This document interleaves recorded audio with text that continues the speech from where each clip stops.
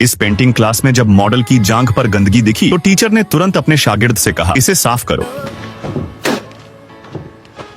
अगर किसी स्टूडेंट की पेंटिंग में जरा सी भी गलती होती तो वो वहीं सबके सामने उसकी सख्त बेइज्जती करता। अगर कोई काम उसे पसंद नहीं आता तो वो स्टूडेंट को तुरंत क्लास से निकाल देता। एक स्टूडेंट तो ऐसा था जिसने खाली कैनवस ही दे दिया था। किसी ने नहीं सोचा था कि वही लड़का आगे चलकर लियोनार्डो दा विंची बन जाएगा। दा विंची उस मॉडल को देख रहा था, लेकिन उसका दिल उसे बनाने को तैयार नहीं था। उसे लगता था कि जो लड़की सामने बैठी है वो कोई देवी नहीं, बस एक गरीब गाँव की लड़की है जो मजबूरी में ये काम कर रही है। लेकिन टीचर ने उसे एक पौराणिक शिकारी देवी की तरह तैयार कर दिया था। दा विंची को उसमें कोई देवी नहीं दिखी, उसे सिर्फ उसके खुरदरे हाथ, झकमी बाजू और पीठ पर पड़े पुराने निशान दिखे। टीचर जैसा कह रहा था वैसा वो नहीं बना सका, क्योंकि वो सिर्फ वही बनाता था जो सच में उसकी आंखें देखती थीं। जब उसका काम परफेक्ट नहीं बन पाया तो क्लास के बाद दा विंची मॉडल के पास गया। मॉडल ने फिर से वही पोज ले लिया जो क्लास में लिया था, लेकिन दा विंची ने उसे मना कर दिया। उसने कहा, ऐसे नहीं, वैसे बैठो जैसे तुम सच में बैठती हो, क्योंकि मुझे तुम में कोई शिकारी देवी नहीं दिखती। मुझे एक सीधी सादी गाँव की लड़की दिखी है। लेकिन वो सिर्फ चारकोल स्केच से खुश नहीं था, उसे रंगों वाली तस्वीर बनानी थी। रात में वो चुपचाप टीचर के स्टूडियो में घुसा और वो पेंट्स चुरा लाया जो सिर्फ टीचर के पास थे। देर रात वो बेल के किराए वाले कमरे में गया और उसी स्केच में रंग भरना शुरू कर दिया। जब वो वापस लौटा तो देखा कि टीचर अब भी जाग रहा है, अकेले कैनवस के सामने बैठा परेशान लग रहा था। दा विंची ने पूछा, सर सब ठीक है? टीचर ने माना कि शायद उसने खुद को ज्यादा समझ लिया। उसने चर्च से एक प्रोजेक्ट लिया था, शहर के सबसे बड़े गिरजाघर की छोटी पर 18 टन वजनी क्रॉस लगवाना। उस जमाने के लिए ये बहुत बड़ी बात थी, रिस्क भी और सम्मान भी। लेकिन जितनी भी मशीनों का डिजाइन उसने बनाया उसमें एक ही रास्ता था, क्रेन से क्रॉस को ऊपर उठाना। लेकिन गिरजाघर की ऊपरी मचान 18 टन का घूमता बोझ नहीं झेल सकती थी। उसने कहा, मेरी पूरी इज्जत इस प्रोजेक्ट पर टिकी है। लेकिन दा विंची उस बात में पूरी तरह खो गया था। वो लगातार टीचर के डिजाइन को देखता रहा, लेकिन टीचर ने कहा, अब सो जा। बिस्तर पर लेटा दा विंची उस इंजीनियरिंग की परेशानी को भूल नहीं पा रहा था। जैसे ही उसने मोमबत्ती बुझाई, उसकी लपट से उठता धुआं देखकर उसे एक आइडिया आया। उसके दिमाग में कौंधा, अगर 18 टन की चीज को वजनहीन बना दिया जाए तो गिरजाघर की मचान उसे आसानी से झेल सकती है।